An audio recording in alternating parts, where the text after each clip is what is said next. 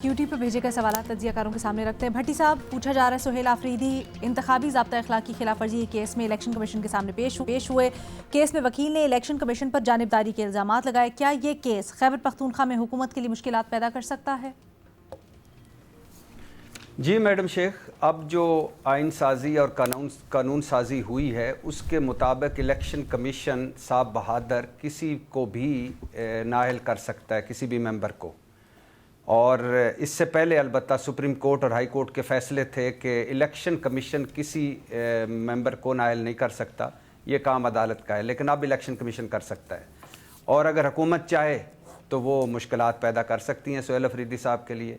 सुहेल अफरीदी साहब के कुछ जुमले ऐसे थे कि जो उन्हें नहीं कहने चाहिए थे, लेकिन कोई इतना बड़ा भी नहीं था कि एक ज़ाहिर इंतखाबी जलसा या एक PTI का जलसा जिससे वो खिताब कर रहे थे और उसमें कि उस बुला लिया जाता, या बाकी जैसे किसी को 50,000 जुर्माना किया है किसी लीगी को बुला लिया, किसी लीगी को नोटिस दे दिया, तो इधर भी ऐसा हो जाना चाहिए था।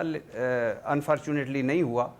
लेकिन असल में बात यह है मैडम शेख कि हुकूमत अगर चाहेगी और तो कि खैबर पख्तूनख्वा के लिए कोई भी कुछ भी मुश्किलात पैदा कर सकती है। हुकूमत अगर चाहेगी तो, या अगर उसका दिल होगा तो सुहेल अफरीदी साहब को नाअहल भी कर सकती है।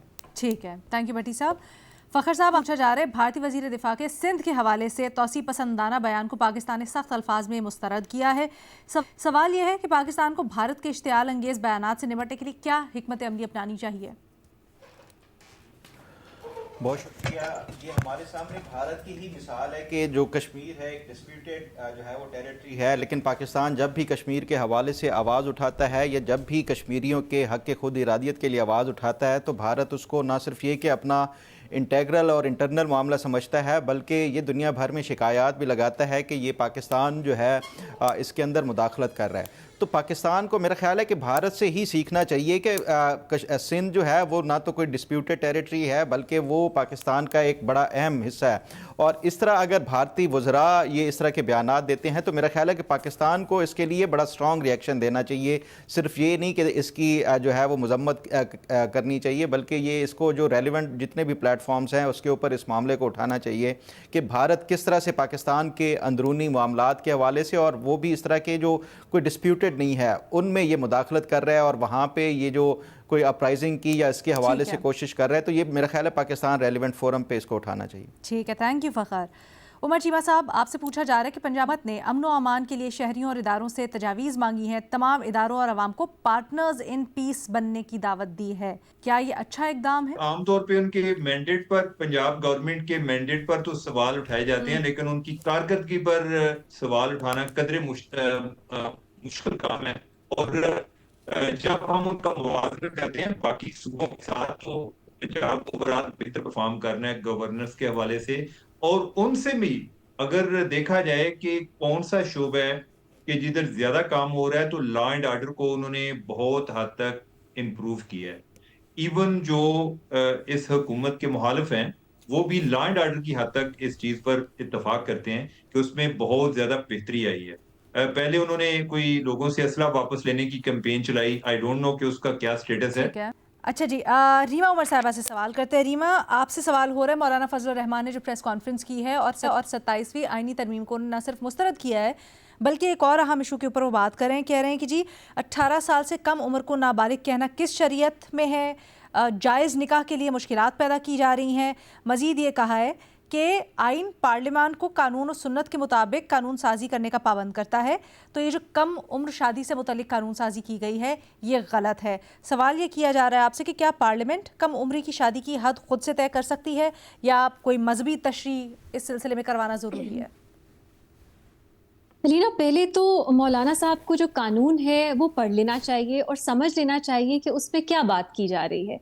प्यूबर्टी तो किसी कानून के कोई कानून नहीं सेट करता कि प्यूबर्टी की क्या एज होती है, वो एक मुख्तलिफ चीज़ है। कानून ये बताता है कि आप शादी के पर्पसेस के लिए माइनर कब हैं और कब आप मेजॉरिटी, मतलब आपकी इतनी है कि आप शादी कर सकते हैं। तो इसको प्यूबर्टी से नहीं जोड़ना चाहिए। प्यूबर्टी एक बहुत मुख्तलिफ चीज़ है, age of majority for marriage एक मुख्तलिफ चीज़ है। اور یہ جو قانون ہے اسلام آباد والا اور اب کچھ دن پہلے جو بلوچستان میں پاس ہوا، اس سے پہلے کئی سال پہلے سندھ میں پاس ہوا تھا، وہ ایج آف میرج کی بات کرتا ہے. اور میرا نہیں خیال کہ اسلام میں کہیں بھی قرآن میں سنہ میں یہ کہا گیا ہے کہ کوئی ریاست جو ہے وہ فکس نہیں کر سکتی کہ کیا ہوگی شادی کی کم سے کم عمر، کیونکہ یہ ایک ویلفیئر کا معاملہ ہے، ایک یہ پبلک ہیلتھ کا معاملہ ہے، بچیوں کی ہیلتھ کا معاملہ ہے، ایک اوور آل ایک ایسا ایشو ہے جو ریاست کو اس میں انٹروین کرنے کی ضرورت ہے تاکہ جو مسائل ہیں بہت سے جو کم عمر کی شادیوں سے جڑے ہیں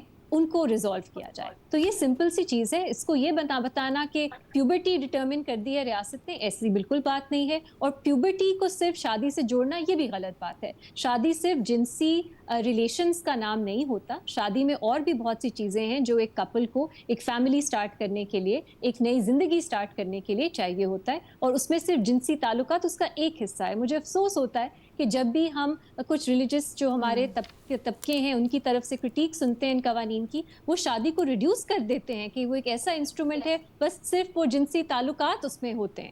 ایسی بات نہیں ہے.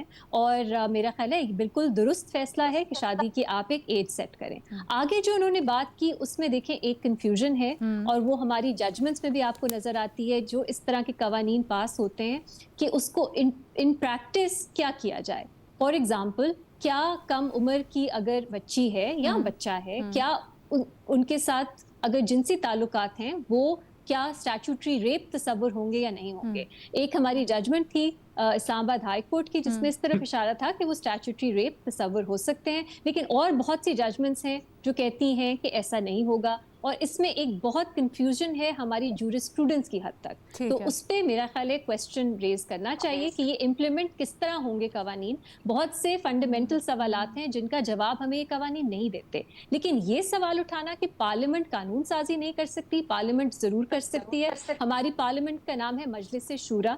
وہ پابند نہیں ہے کہ وہ کسی کاؤنسل آف اسلامک ایڈیالوجی یا کسی اور اس طرح کی کاؤنسل سے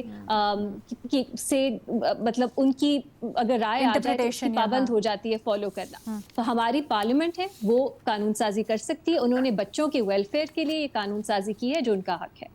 ٹھیک ہے. گو کہ ایک حصہ آپ نے اس کا بتا دیا جو مولانا نے آگے کہا کہ زنا تصور ہوگا اگر کم عمر بچی یا بچہ اس کی شادی ہوتی ہے. آگے جا کر کہتے ہیں کہ یہ کچھ سمجھ نہیں آ رہی جب اس قانون میں یہ بات ہوتی ہے کہ اس ایسی شادی کے نتیجے میں ہونے والے بچے کے نان نفقے کا ذمہ شوہر پر ہوگا. اس سے کیا مراد ہے؟ یہ ایک اور ججمنٹ تھی ہائی کورٹ کی، میرا خیال ہے لاہور ہائی کورٹ کی ججمنٹ تھی جس نے اگین صحیح بات کی کہ مطلب اگر بچہ ریپ کے بعد بھی پیدا ہوتا ہے، بچے کا تو کوئی قصور نہیں ہے نا، تو اگر آپ ثابت کر سکتے ہیں کہ بچے کا باپ کون ہے تو وہ رسپانسبلٹی اس کے جو باپ ہے بایولوجیکل ان پہ آتی ہے کہ وہ بچے کی مینٹیننس پرووائڈ کریں. کیونکہ چاہے بچہ ریپ کی وجہ سے ہے یا انویلڈ شادی یا کوئی بھی وجوہات ہیں اس کی، بچے کو سفر نہیں کرنا چاہیے. یہ بھی بچوں کی ویلفیئر کو نظر میں رکھ کے ایک لاہور ہائی کورٹ کا میرا خیال ہے فیصلہ تھا. میں اس سے اگری کرتی ہوں لیکن وہ اس قانون میں نہیں ہے. ٹھیک